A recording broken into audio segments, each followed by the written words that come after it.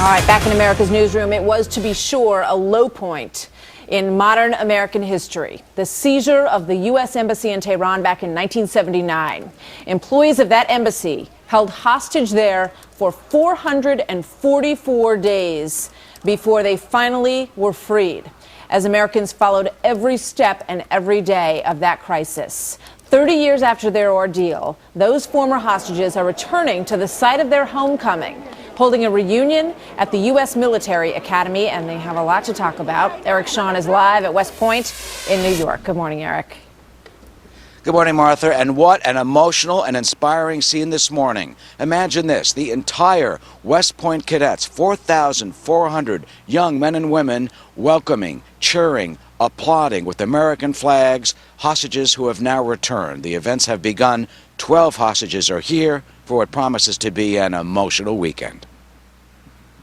When I was first taken hostage and a gun was thrust to my head, I said to myself, this cannot happen. It could be 30 years or 30 seconds. For Barry Rosen and other hostages, sometimes it seems like not a day has gone by.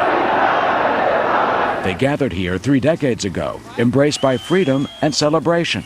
They arrived at West Point to recuperate and reunite with their families in a private setting at the Thayer Hotel. Today, it is a poignant reunion. We're at an age right now where possibly we may never have a reunion again. Historian David Farber wrote Taken Hostage. He says the crisis brought Americans together. Right from the beginning, Americans took these hostages, these Americans, their fellow Americans, to heart. When he was captured, Rosen was the press attaché at the U.S. Embassy in Tehran. He is one of the original 52 Americans who were held for the entire 444-day duration. Most of the time he was blindfolded and faced mock executions and other forms of physical and mental abuse. For 2 months we didn't see any light at all. The reunion is not only about catching up with old friends, but also educating cadets who weren't even born when the hostage crisis occurred. You're going to have people who are involved in a crisis in American history who can actually talk to the future leaders of our military about something that's very, very important. Well, the hostages will also be meeting with some survivors of that ill-fated rescue mission when former President Jimmy Carter, the president at the time, sent helicopters to try and pluck them out.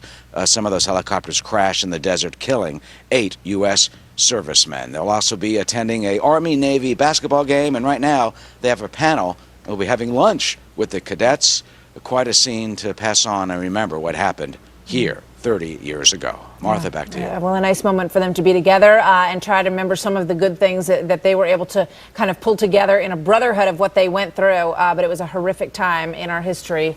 Thank you for kind of taking us back there in a way to remember the importance of it, Eric. Eric Shawn at West Point today. I remember every morning Mom would have the radio on as we were getting ready for school. And it would say day 364, right? And I think the worst day was when the ill-fated attempt to rescue them came across the radio, and you thought, damn. How could that be? Yeah, right. We didn't get them. Now they're still there. Horrible, helpless feeling to help these people, and it just, it's amazing to see them all these years later. But when you think about what that man spoke of, being blindfolded for 444 days, not seeing any light for 15 months, and being subjected to mock executions, very strong people to be able to get through that and move on with their lives. A remarkable time that we remember today.